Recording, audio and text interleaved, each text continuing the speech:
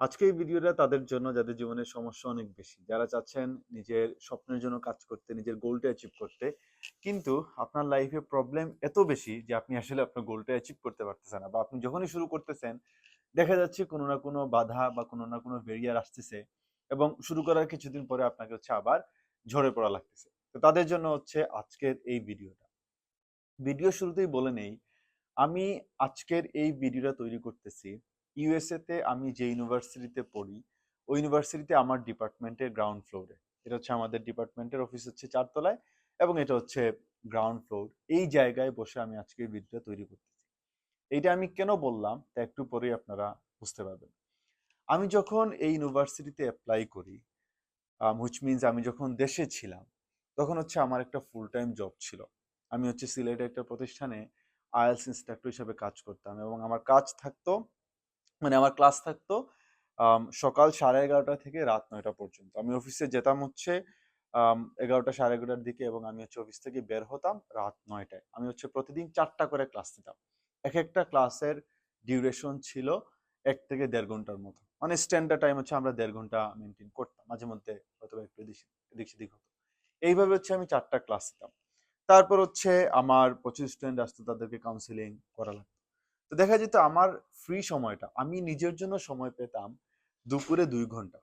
ওইটাও আসলে নিজের জন্য সময় না, ওইটা আমাদের ছিল অ্যাকচুয়ালি লাঞ্চ ব্রেক, লাঞ্চ এবং নামাজের যেই সময়টা, ওই 2 ঘন্টা আমি সময় পেতাম।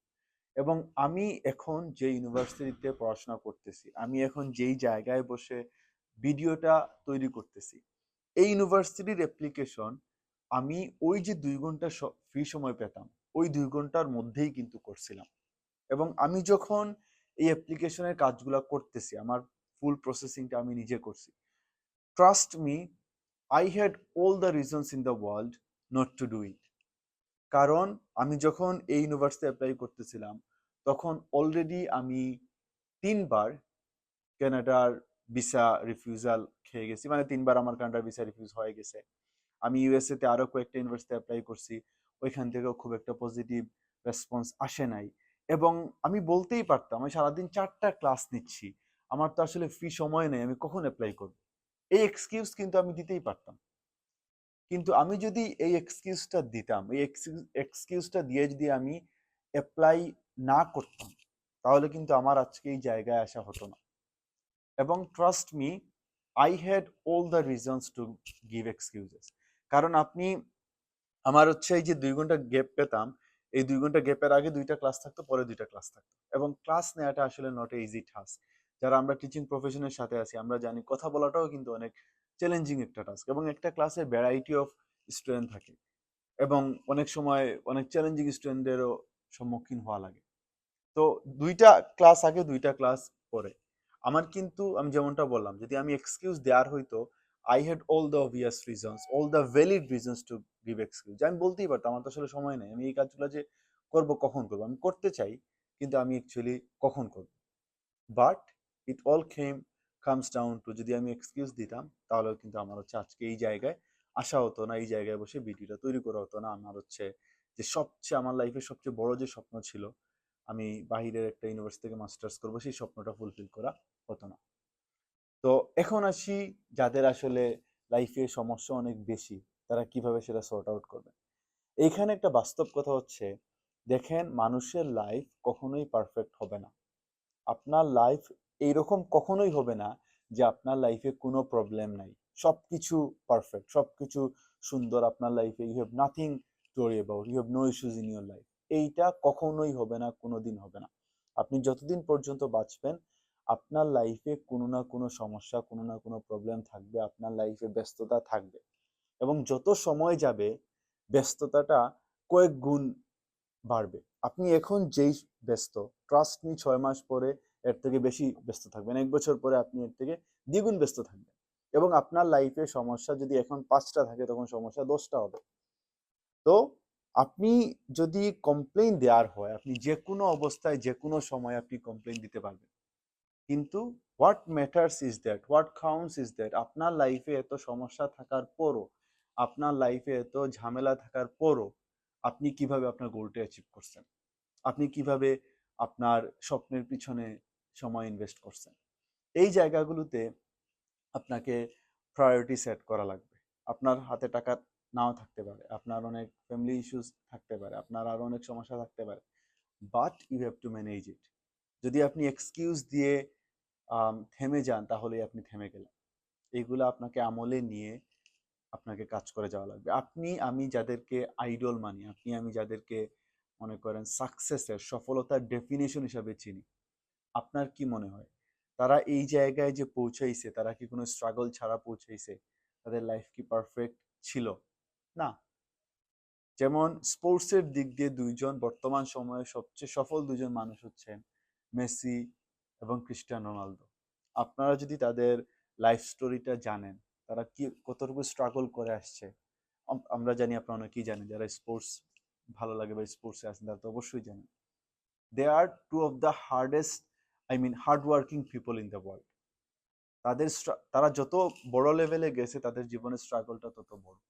তো ওই জন্য the point I am trying to make is that আপনার লাইফে ব্যস্ততা আছে, আপনার লাইফে সমস্যা আছে, এবং ট্রাস্ট মি সমস্যাগুলো থাকবে। এইগুলা ম্যানেজ করে, এই সমস্যাগুলো হ্যান্ডেল করে আপনি কিভাবে সামনে আগাচ্ছেন এই জিনিসটাই আপনার ফিউচার ডিটারমিন করে দিবে। তো ওই জন্য এক্সকিউজ না দিয়ে do something, do your work. যেটা ইম্পর্টেন্ট এটা আমাকে করাই লাগবে। ব্যস্ততা আছে, ব্যস্ততা ম্যানেজ করা লাগবে। কোন ব্যস্ততাকে কখন গুরুত্ব দেওয়া লাগবে এই জিনিসটা আপনাকে ডিসাইড করা লাগবে। মনে করেন আমি যেই জায়গায় এখন আছি, আমি হচ্ছে মোস্ট অফ দ্য টাইমস আমার পড়াশোনা নিয়েই ব্যস্ত থাকি।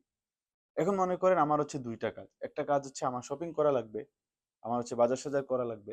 আরেকটা কাজ হচ্ছে আমার কালকে পরীক্ষা আছে, আমার পরীক্ষার জন্য পড়াশোনা করা লাগবে। তাহলে আমি কোনটা গুরুত্ব দিব? ডেফিনেটলি পরীক্ষাটাতে।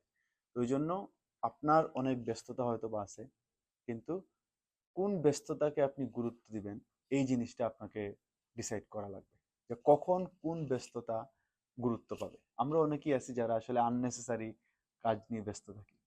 আবার অনেকেই আছি আসলে ব্যস্ততার গুরুত্বটাও বুঝতে পারি না। যেমন ধরেন আপনি এখন একটা কাজ করতেছেন, এটা আপনাকে ইমিডিয়েট হয়তো বা একটা সাপোর্ট দিচ্ছে, কিন্তু লং টার্মে কোন জিনিসটা আপনাকে বেশি সাপোর্ট দিবে সেইটা ইভালুয়েট করতে পারা, সেইটা অ্যাসেস করতে পারাও কিন্তু একজন বুদ্ধিমানের কাজ।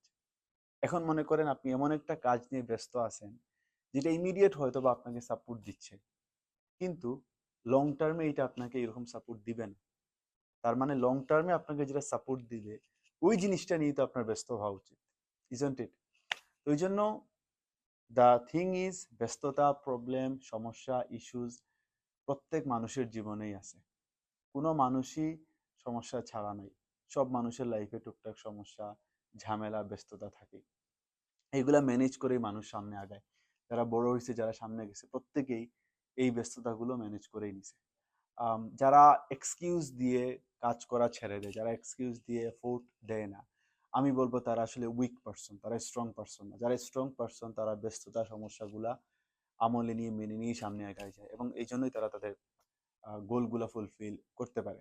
এবং ভিডিও শেষ করব আমার নিজের স্টোরিটা দিয়ে। এই যে আমি বললাম, যদি আমি এক্সকিউজ দিতাম তাহলে আমার এই জায়গায় আসা হতো না। যদি আমি ওই 2 ঘন্টা সময় বলতাম না আমার দুইটা ক্লাস নিয়েছি, আমি একটু রেস্ট নেই, আমার পরে আরো দুইটা ক্লাস, আমি হচ্ছে একটু এখন আর এগুলো করার দরকার নেই, আমি একটু রেস্ট নেই, তাহলে এই জায়গায় আসা হতো না। এবং আমি যখন এই কাজগুলো করতাম, আমার যারা কলিগ ছিল তারা বলতো যে স্যার আপনি আসলে ক্রেজি, ইউ আর ক্রেজি। এবং আমি ওই সময়ের মধ্যে কিন্তু সব দিন যে আমি অ্যাপ্লাইয়ের কাজ করছি এরকম না, আমার ইউটিউবেও প্রচুর সময় দিতাম, ভিডিও মেকিং করা, এডিট করে, এগুলো আমি শুরুর দিকে সব নিজেই করছি। এবং তারা বলতো ইউ আর ক্রেজি, বিকজ আপনি আসলে কিভাবে পারেন। আমি সবসময় অফিসে ল্যাপটপ নিয়ে আসতাম, আমার তো ক্লাসে তো ল্যাপটপ লাগে না, আমি তো ক্লাস হচ্ছে ক্লাসরুমে গিয়ে ক্লাস নিতাম, কিন্তু আমি ওই যে গ্যাপটা পাইতাম, ওই গ্যাপে আমি হচ্ছে কাজ করতাম। যদি আমি কাজ না করতাম তাহলে কিন্তু আজকে আমার ইউটিউব চ্যানেলে 1 লক্ষ সাবস্ক্রাইবারে যাইতো না, এবং হচ্ছে আমার এই জায়গায় আসা হতো না। এই জন্য এক্সকিউজ দিয়ে লাভ নাই। ব্যস্ততা, প্রবলেম, ঝামেলা এগুলো থাকবেই। এইগুলো আপনি কতটুকু হ্যান্ডেল করে আপনার লক্ষ্যের জন্য কাজ করে যাইতে পারতেছেন বা যাচ্ছেন, this is what will define your future. Anyways, this will be all for today. I'll see you soon with a new video. আল্লাহ হাফিজ। আসসালামু আলাইকুম।